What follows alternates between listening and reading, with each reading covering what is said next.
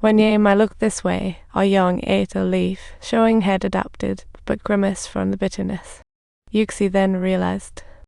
Yong's purpose in Shenqu village was disclosed by a neighbor, who revealed Yema had loved an intern like Yong. They cohabited for a year, but he disappeared after his internship ended. As a result, Yema stayed single, as cohabitation in the countryside doesn't equate to marriage, making her the divorced woman in villagers' eyes. After seeing his goddess, Yong regained the will to stay. Yuxi lovingly woke him daily, which soon turned into a reflex. Just seeing Yuxi lift her foot made him wake up. As night workers, the job wasn't just about chopping trees, they spent most of their time planting them all over the mountains. Besides, each tree needed pruning. Day after day, through sweat, Yong grew used to the job of tiring yet fulfilling. At lunchtime, Yong's dad heard elders tell Shenqu village's history. Their ancestors began planting and chopping trees a century ago, and now they are cutting down a tree planted by the village chief's great-grandfather 105 years back. Such tough tasks weren't for newbies, so Yong practiced on small path trees, his training. Subtitle: cut a triangular notch in the full direction, slice a third depth from behind, insert the axe, and tap gently until the tree tilts as planned.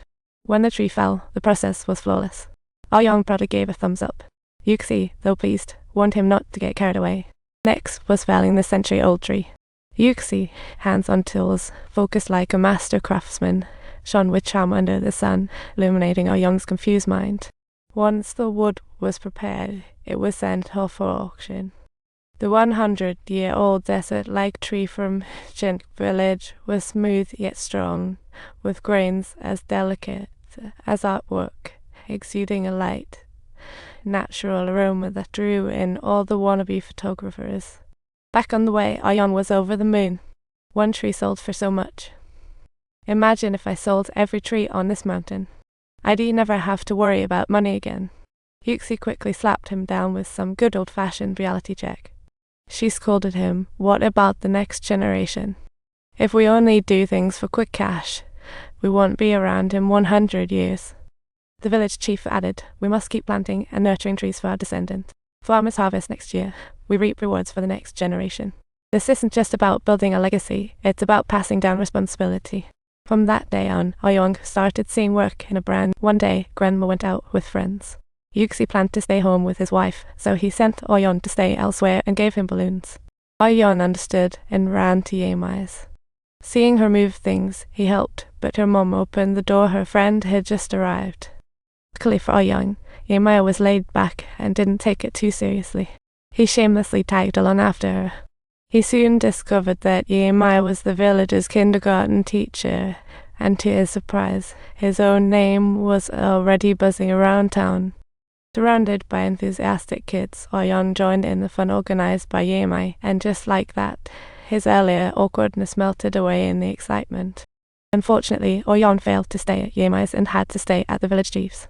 That day, Yuxi's wife suddenly asked Yemai to bring food to them as they forgot their lunch in the mountain.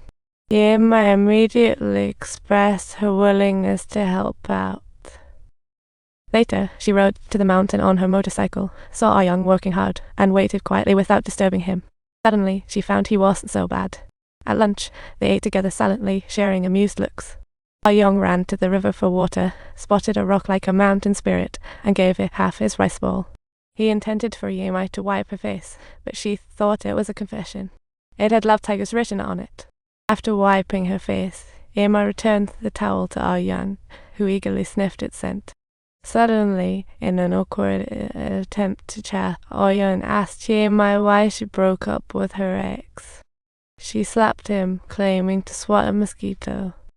The truth. She was just smacking his dumb mind for opening a can of worms. Looks like he's destined to be a lifelong singleton. One day soon, Yong's classmates called unexpectedly, wanting to visit. He agreed, and villagers showed him respect. The youngsters filmed eagerly, like watching monkeys at a zoo, laughing and mimicking. When Yong saw everyone still working hard, unexpected guilt arose. At lunch, classmates spoke freely, saying Yong's job is like prison, and villagers work like oxen, never enjoying life. Yuxi decided to teach those arrogant youths a lesson, but his wife stopped him. Next, Yong pulled the memory card from a classmate's camera and threw it into the woods. Little did Yong realize he was morphing into Yuxi, becoming a true lumberjack of Shenqu village, leaving behind his carefree days. Pound i maut letter 3ca, plus or minus 0.3 omat or AR3 omat until the letter GBDC related for ABC sedilla acute turn to retroflex quarter W O grovi omat area O tilde U circumflex O omat or times LF K acute case sedilla I omat O not sent to a circumflex Arabic letter 675 yempograph or ga omat I add 0 copyright. Sleep came easy, and happiness turned out to be so simple.